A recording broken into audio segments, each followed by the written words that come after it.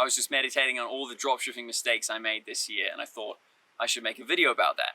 And that is what this video is. I've got 6 dropshipping mistakes that I want to share with you. So stay right where you are.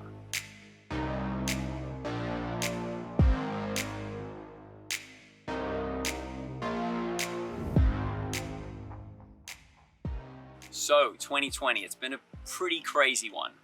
About this time last year, I was about to set off on a massive cycle ride from London to Cape Town. Just before I went, I came here to Massachusetts to say goodbye and hello to my girlfriend. Unfortunately, what happened was COVID-19 struck and I couldn't go on my bike ride. So I was stranded in the USA because Trump did a travel ban back to London, and so I had to scoot all the way back to New Zealand. It was a bit all over the place and I was stuck at home and I didn't have much to do, so I started building e-com stores. And now I'm back here in Massachusetts reflecting on all of those e-com mistakes. And that is what I'm going to share with you today. So let's get into it.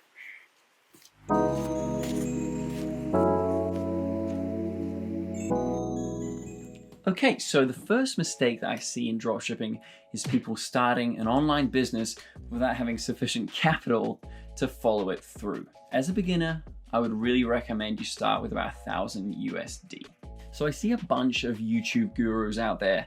Here in my garage, just bought this new Lamborghini here. For the online training And join our completely free training where I'm registered to attend our free live class today. And register for one of my free trainings that is happening. Who are saying, you know, you can get rich real quick if you start dropshipping. Raise your hand if you want to get rich. All right. And yeah, you probably can get rich real quick. And you know, you can do other things to get rich real quick, like trade Bitcoin. But that being said, as with most things in life, you need to be prepared.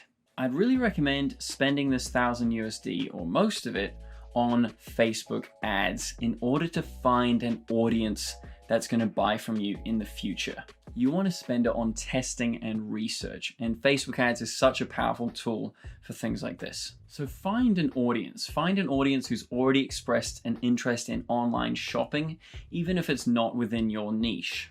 Find an audience in a tier 1 country like the USA who, you know, are used to spending money online, they're used to using their credit cards, and they have a disposable income. And that will probably suit you very well. And save some money for apps, hiring virtual assistants, and you'll probably need a bit of spare capital for refunds and returns because people aren't always going to be satisfied with the product that they buy from you. Also, in this realm of money, you need to be vigilant of your actual profits. I think that's probably a common mistake in all of business, especially with my own video business. I find that I'm like, yeah, I'm killing it. I'm absolutely raking in all this cash. But then you need to take into account tax, which is probably the biggest one. But with dropshipping, things like, you know, shipping fees and transaction fees and all the fees for all of the apps. There's heaps of people on YouTube being like, yeah, I made 70K in a week. And that's cool. I mean, you probably made 70K in revenue, but I think it's very unlikely that they made 70K in profit. So don't be duped in by these kind of schemes. Just go in, be diligent, and be organized in terms of your profits, and you'll probably come out on the other side doing well. Okay, the second beginner mistake is expecting to have results after only running Facebook ads for about 24 hours. Good things take time, and you really need to understand the platforms you're dealing with before you give up. My first store that I started this year, Facebook ad got canceled. I was like, oh, okay, sorry. Didn't know why, Facebook didn't tell me why, and it's still canceled like 2 months later. So you got to start again, don't give up. But before you dive in, you can do your research on these kinds of platforms so that you can learn a few common beginner mistakes that most of us other people have already made for you. If you want, you can check out the Facebook ads tutorial playlist that I have here. And you need to check back every week and refine your Facebook ads campaign. Pause those ad sets that aren't performing well and duplicate those ad sets that are doing well. When you duplicate your ad sets, you essentially put more money into them and get more potential.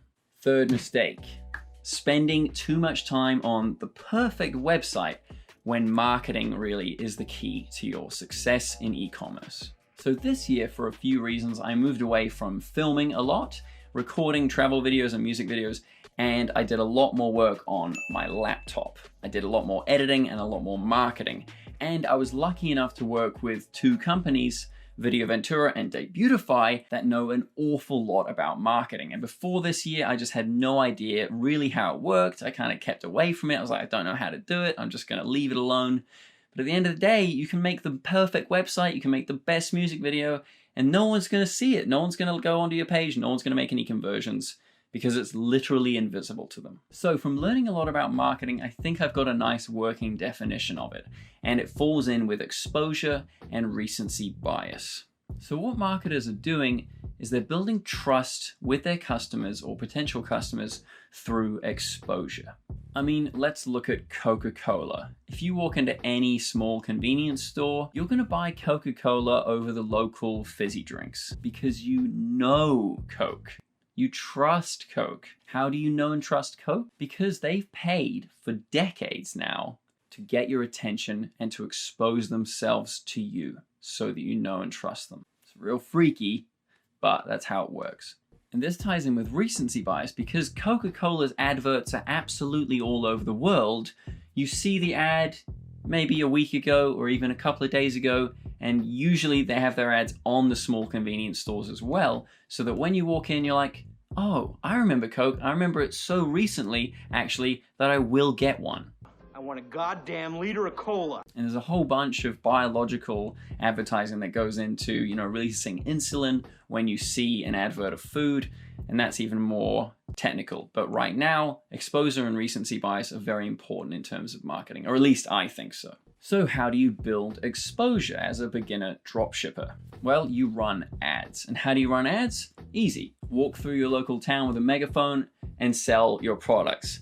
Or you can go on daytime television or cable TV, or you can put up billboards, or you can put a column in your local newspaper. Jokes? Jokes? I have a supercomputer in my pocket that I can run Facebook ads from. So actually, it's very easy to run ads these days.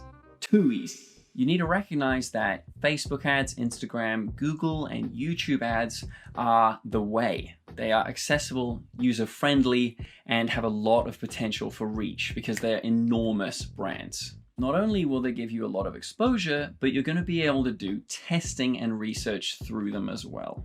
So as I said in tip 1, you can find your ideal audience and customers through these ads. You need to be diligent, you need to be patient, and you need to upskill yourself. These things are incredible. I mean, Facebook ads came out only 13 years ago, and it's the cheapest way to advertise in the whole history of the planet. It's free real estate. If you want to learn more about making the perfect website, you can check out this high converting store video I made. And you should keep in touch with the Facebook ads playlist that we update regularly. So the fourth mistake that I see is people not spending enough time to find an unsaturated product. And I see this all the time when I do the subscriber store videos. I have a look at real beginners and I see products that I've already seen all over the place, and they're not marketing them differently and they're just selling the same things, which makes them a saturated product. Too many people are going to market the first product they see, and they're just going to be being sold at the same time by thousands of other dropshippers. So you need to do your research and find a product that isn't being sold by everybody else. A classic example is this salt rock. I'm sure you've seen a ton of these on Instagram. They're very cool, but they're being marketed by everybody. So it's highly unlikely that you're going to be able to sell it and be profitable, unless you can find some unique way of selling it, which is tricky because essentially it is just a lamp, so it has one function. But there's probably still a bit of potential, so I don't want to dissuade you.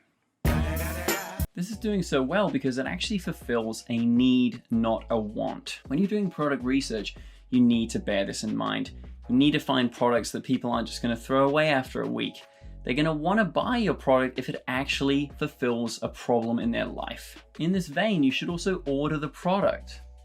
See if it's good quality. Check it for any malfunctions, and then you can market it. And this is probably going to reduce your returns as well if you know that it's good quality. And if you want to know more about product research, check out our playlist here. The fifth mistake is not understanding that the most important part of marketing is your creative, in dropshipping at least. Your creative needs to be eye-catching, interesting, and the product needs to be useful. So what we're talking about here is the image. the ad copy and the video. People are going to be exposed to your brand only through this creative, and it's probably going to be the first time they're exposed to your brand.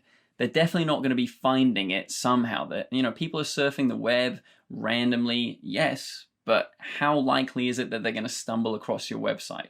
Very unlikely. So you're going to have to advertise to them. And if you're going to advertise to them, you're going to need to do it effectively. So make sure that you have kick-ass images, brilliant ad copy, and interesting videos. Okay, and the sixth mistake, the last one that people make, is not understanding their audience. People fail early on because they target to far too many countries at once with that first ad campaign. And this is going to waste your budget and cause you to crash early on. You want to do single interest targeting, of course, and you want to do single location targeting. And you should target to tier 1 countries only at the beginning. Definitely go for the United States first.